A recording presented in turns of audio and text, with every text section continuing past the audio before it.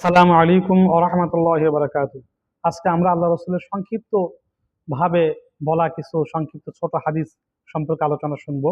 ছোট ছোট কল্যাণের জন্য হাদিসগুলো দরসে হাদিস হিসেবে আমরা আমল শুনি।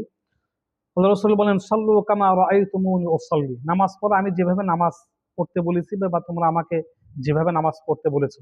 তাই নিজের খেয়াল খুশি মতো নিজের মন গড়ায় অনুযায়ী নামাজ পড়লে হবে না, রাসূলের আদর্শ এবং সুন্নত মোতাবেক নামাজ আদায় করতে হবে। অন্য হাদিসে আল্লাহ পাক বলেন, ইরজি'i ফাসাল্লি ফাইন্নাকা লাম তুসাল্লি। এক ব্যক্তি আসলো, নামাজ পড়লো, খুব তাড়াহুড়া করে নামাজ পড়লো।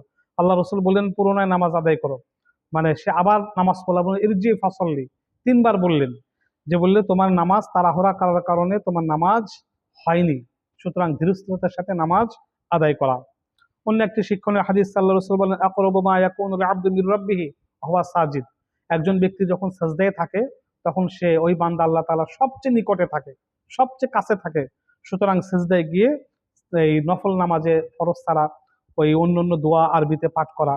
হুম অন্য একটা হাদিস, সালাতুল জামাআতি আফজালু মিন সালাতিল ফাজরি বিসাবঈ ওয়া 20 দারাজা।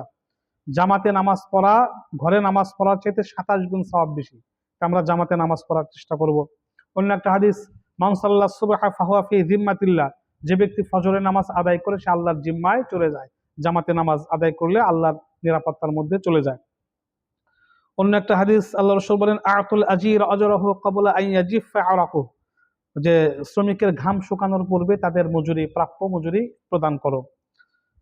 আরেকটা হাদিস, স্বামী স্ত্রী যখন ঘরে থাকে তখন অনুমতি নিয়ে প্রবেশ করা, অনুমতি ছাড়া স্বামী স্ত্রীর ঘরে উকি না দেওয়া বা প্রবেশ না করা। আমরা ছোট্ট ছোট্ট কয়েকটি হাদিস শুনলাম, মানে দর্শে হাদিস হিসাবে। আল্লাহ পাক আমাদেরকে আমল করার তৌফিক দান করুন, আমিন।